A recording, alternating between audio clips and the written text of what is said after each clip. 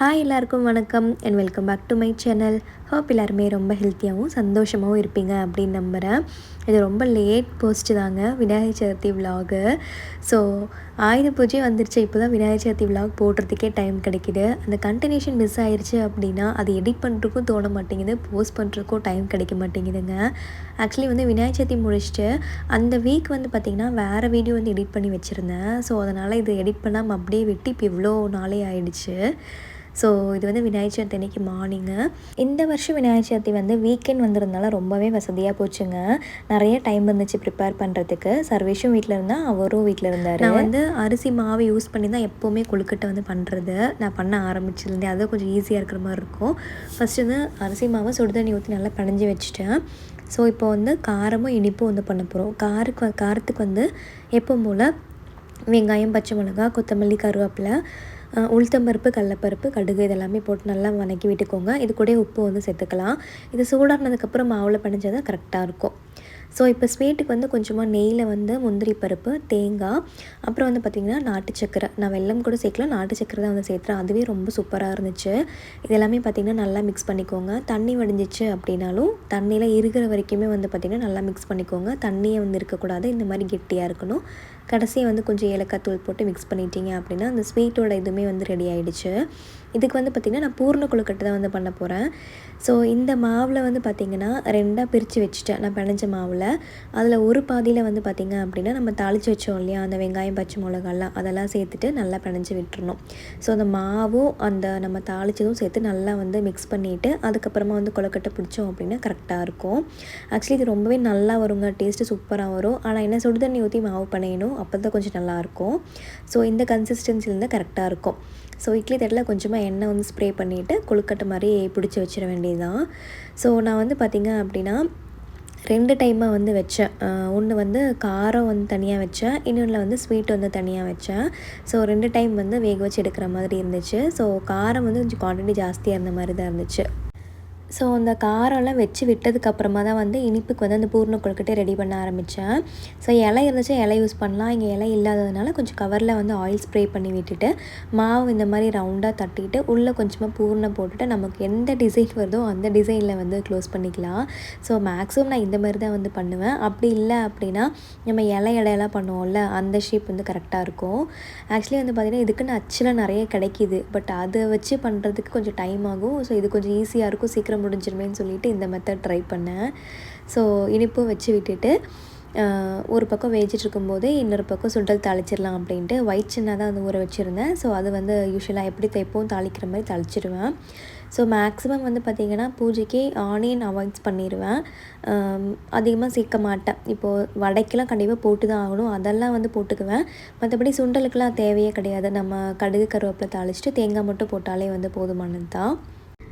Kitchen ஒர்க்கெல்லாம் முடிச்சுட்டு அதுக்கப்புறமா தான் அந்த பூஜை ஒர்க் எல்லாமே வந்து பார்க்க வந்தேங்க. ஸோ ஆஸ் யூஷுவல் எப்பவும் போல் ஒரு டேபிள் எடுத்து போட்டுட்டு அங்கே தான் வந்து பூஜை வந்து பண்ண போகிறோம். இது ரொம்பவே வந்து வசதியாக அமைஞ்சிருச்சு எனக்கு இந்த இடமே. அந்த பூஜை கேபினெட் பக்கத்துலேயே ஒரு டேபிள் போட்டேன் அப்படின்னா ஸோ கொஞ்சம் வச்சு சாமி கும்பிட்றதுக்கும் ஈஸியாக இருக்கும். ஸோ அது கொஞ்சம் பார்க்கவும் நல்லா இருக்கிற மாதிரி இருக்கிறனால ரெகுலராக இதே தான் வந்து ஃபாலோ பண்ணுறது. ஸோ பசங்களுக்கு வந்து பார்த்திங்க அப்படின்னா நம்ம ஏன் பண்ணுறோம், எதுக்கு பண்ணுறோம், என்ன ஃபெஸ்டிவல்னு கூட தெரிய மாட்டேங்குதுங்க இங்கே இருக்கிறதுனால. இதே ஊரில் இருந்திருந்தோம் அப்படின்னா கண்டிப்பாக வந்து தெரிஞ்சிருக்கும் அது என்ன ஃபெஸ்டிவல், எப்படி செலிப்ரேட் பண்ணுறோம் அப்படிங்கிறது எல்லாமே தெரிஞ்சிருக்கும். நான் இப்போ ரீசெண்ட் டைமாக வந்து பார்த்திங்கன்னா வேற ஒரு ஃபெஸ்டிவலுக்காக கோயிலுக்கு போயிருந்தப்போ கூட ஸோ அங்கே ஒருத்தவங்க கூட சும்மா பேசிகிட்டு இருக்கும்போது சொல்லிகிட்டு இருந்தாங்க. ஸோ பசங்களுக்கு ஹாலிடே அப்படின்னா இங்கே பிஏ டே, ஹாலோவின், தேங்க்ஸ்கிவிங் அந்த மாதிரி தான் தெரியுது. நம்ம ஊர் ஃபெஸ்டிவல்லாம் தெரியவே மாட்டேங்குது. கோயிலுக்கு வரோம் அப்படின்னாலே எப்போ கிளம்புவோம் தான் ஃபஸ்ட்டு கேட்குறாங்க அப்படின்ட்டு சொல்கிறாங்க. எங்கள் வீட்லேயும் அப்படி தான். சர்வேஷ் அடிக்கடி கேட்குற கேள்வி, ஏன் இப்படி அடிக்கடி நம்ம கோயிலுக்கு வந்து வரோம் என்ன அப்படின்னு சொல்லி கேட்டுக்கிட்டே இருப்பான். இப்போ ரீசெண்ட் டைமாகவே பார்த்திங்கன்னா நிறைய ஃபெஸ்டிவல்ஸு ப்ளஸ் சஷ்டி விரதமும் இருக்கிறதுனால வீக்லி ஒன்ஸாவது கோயிலுக்கு போயிடுறோம்.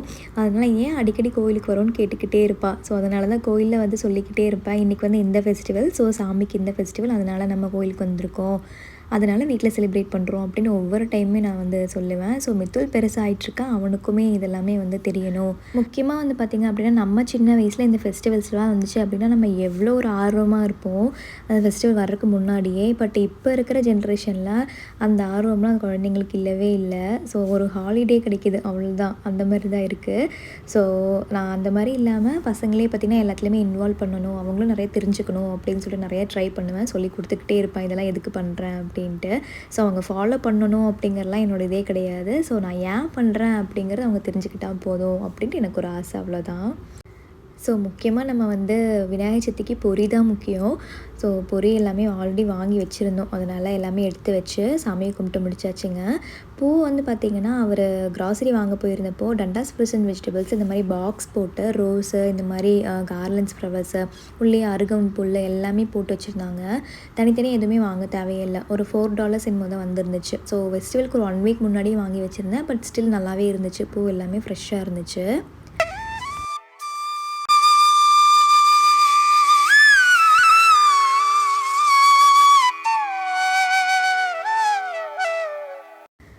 ஸோ மார்னிங்கே வந்து பிளான் தான். வீட்டில் வந்து காலையில் பூஜை முடிச்சுட்டு ஈவினிங்காக வந்து கோயிலுக்கு போய்க்கலாம் அப்படின்ட்டு. ஸோ சாயங்காலம் எழுந்திரிச்சிட்டு எகெயின் வந்து நம்ம சஷ்டி விரதம் இருக்கிறதுனால வெற்றிலை தீபம் வந்து ஏற்றிட்டு அதுக்கப்புறமா வந்து கோயிலுக்கு கிளம்பிட்டோம். ஸோ விநாயகர் சதுர்த்தி பூஜை வந்து பார்த்திங்க அப்படின்னா கோயிலில் ரொம்ப சூப்பராக வந்து பண்ணியிருந்தாங்க.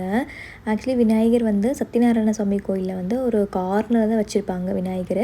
ஸோ அந்த குட்டி ஸ்பேஸ் தான் இருக்கும், அங்கே ஃபுல்லாக எல்லாம் உட்காந்துருந்ததுனால பக்கத்தில் போய் சாமி கும்பிட முடியல. ஐயோ பார்க்க முடியாதோ அப்படின்னு நினச்சேன் நான்.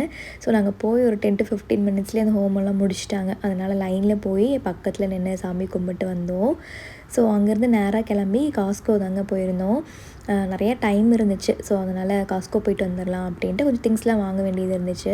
எப்போ போனாலும் காஸ்கோவில் வந்து பார்த்திங்கன்னா அந்த வாட்டர்மெலன் வாங்காமல் வரதே இல்லைங்க. ஒரு $5 தான் இருக்கும்.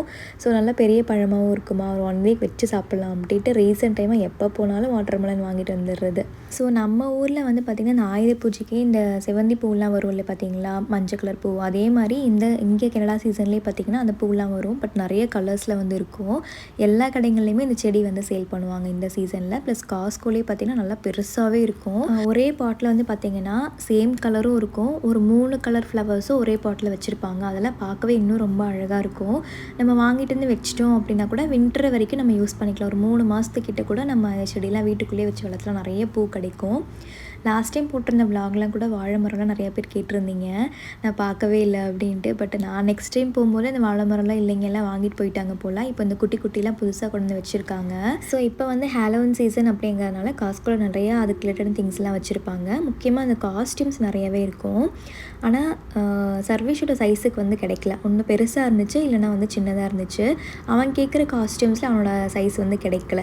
சரி வரும்போது பார்க்கலாம், எப்படி ரீப்ளேஸ் பண்ணிக்கிட்டே தான் இருப்பாங்க அப்படின்ட்டு ஒரு கிளான்ஸ் மட்டும் பார்த்துட்டு கிளம்பிட்டோம். ஸோ அவ்வளோதாங்க, இதோட இந்த விலாகை வந்து முடிச்சுக்கிறேன். இப்படி தான் நாங்கள் வந்து கனடாவில் சிம்பிளாக விநாயகர் சதுர்த்தி வந்து செலிப்ரேட் பண்ணியிருந்தோம்.